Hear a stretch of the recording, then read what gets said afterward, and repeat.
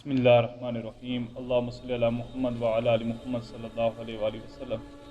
ناظرین محترم، آج ایک پھر نئی ویڈیو کے ساتھ آپ کی خدمت میں حاضر ہوں۔ آپ سے گزارش ہے کہ میرے چینل کو سبسکرائب کر لیں، لائک اور شیئر کریں تاکہ آنے والے دنوں میں میری مزید ویڈیو آپ تک پہنچتی رہیں۔ تو آج کی ویڈیو کی طرف چلتے ہیں تاکہ آج اس بہترین واقعے سے آپ مستفید ہو سکیں۔ اللہ تعالیٰ سے دعا ہے کہ اللہ ہمارے علم و عمل میں ہر طرح کا اضافہ فرمائے اور خیر و برکت عطا فرمائے۔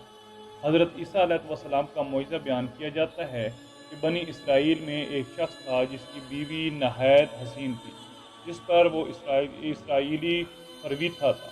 چنانچہ جب اس عورت کا انتقال ہو گیا تو اس اسرائیلی کو بڑا دکھ ہوا اور ایک مدت تک وہ اس عورت کی قبر پر بیٹھا روتا رہا۔ اتفاقاً حضرت عیسیٰ علیہ السلام کا ادھر سے گزر ہوا تو انہوں نے اس اسرائیلی کو پریشان حال دیکھ کر اس کا سبب معلوم کیا۔ جب اسرائیلی نے اپنا واقعہ بیان کیا تو حضرت عیسیٰ علیہ السلام نے دریافت فرمایا، کیا تو چاہتا ہے کہ میں اس کو تیرے لیے زندہ کر دوں؟ اس نے عرض کیا کہ ہاں حضور، یہی میں چاہتا ہوں۔ چنانچہ جب حضرت عیسیٰ علیہ السلام نے اس قبر کے مردہ کو آواز دی تو قبر سے ایک حبشی غلام جس کے ناک کے نتنوں، آنکھوں اور جسم کے دوسرے سوراخوں سے آگ کی لپٹیں اٹھ رہی تھیں، حضرت عیسیٰ علیہ السلام کو دیکھتے ہی غلام نے کلمہ پڑھا کہ لا الہ الا اللہ عیسیٰ روح اللہ۔ اسرائیلی نے یہ دیکھ کر عرض کیا، حضور مجھ سے غلطی ہو گئی، میری بیوی کی قبر تو دوسری ہے۔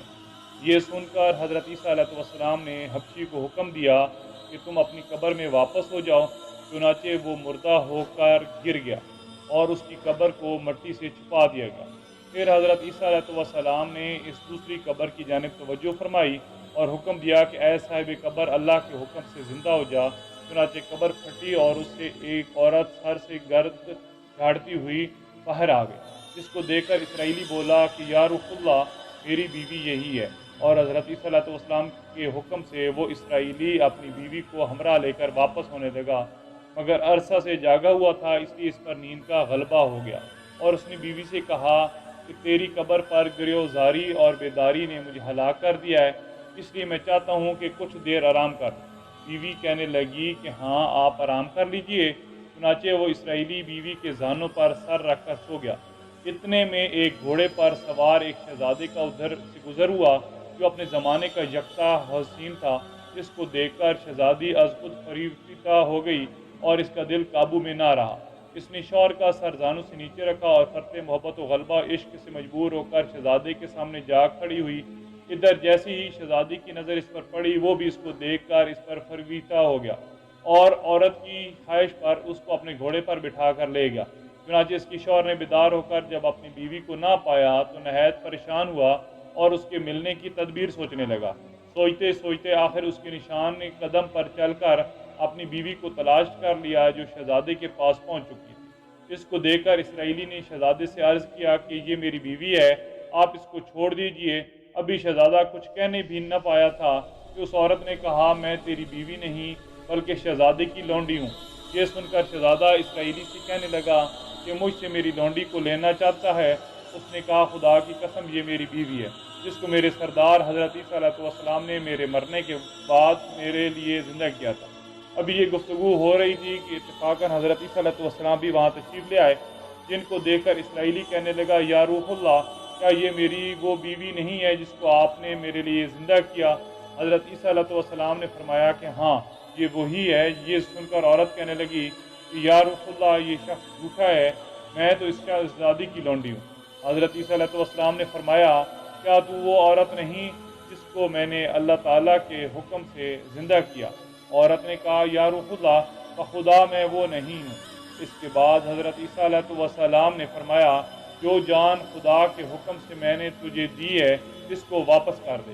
یہ سنتے ہی وہ عورت پھر مردہ ہو کر گر پڑی اور حضرت عیسیٰ علیہ السلام فرمانے لگے کہ جو شخص ایسے آدمی کو دیکھنا چاہے جو کافر مرا تھا اور زندہ ہو کر ایمان لایا، تو وہ اس حبشی غلام کو دیکھ لے جو پھر ایمان کی حالت میں مرا ہے، اور جو کوئی ایسی شخص کو دیکھنا چاہے جو مومن مرا تھا، پھر اللہ نے اس کو زندہ کیا اور وہ کافر ہو کر حالت کفر میں مر گیا، تو وہ اس عورت کو دیکھ لے۔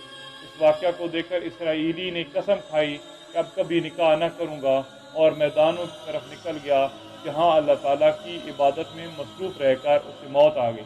اللہ تعالیٰ اس پر رحم فرمائے۔ حاصل کلام یہ ہے کہ نبی اور رسول کے اقرار و انکار کا نتیجہ اس حقائق سے ظاہر ہوتا ہے اور سبق ملتا ہے کہ کامیابی اپنے نبی علیہ السلام کی اطاعت و محبت سے ہی مل سکتی ہے۔ چنانچہ ہمیں بھی چاہیے کہ ہر حال میں اپنے نبی حضور صلی اللہ علیہ وآلہ وسلم کی اطاعت کو سامنے رکھیں، چاہے دل مانے یا نہ مانے، لیکن نبی کریم صلی اللہ علیہ وآلہ وسلم کے طریقوں کو لازمی اپنایا جائے۔ اللہ تعالیٰ اس واقعے سے سبق حاصل کر کے عمل کرنے کی توفیق عطا فرمائے، آمین یا رب العالمین۔ آپ تمام دوستوں سے گزارش ہے کہ میرے چینل کو سبسکرائب کریں، مجھے اپنی دعاؤں میں یاد رکھیں۔ میری تمام دعائیں، ڈھیروں دعائیں آپ کے لیے۔ اللہ آپ کے علم و عمل میں برکت عطا فرمائے، اللہ آپ کے رزق میں برکت عطا فرمائے، اللہ کریم آپ کی اولادوں میں برکت عطا فرمائے۔ آپ سے گزارش ہے کہ میرے چینل کو سبسکرائب کر لیں۔ جزاکم اللہ خیرہ۔ اللہ حافظ۔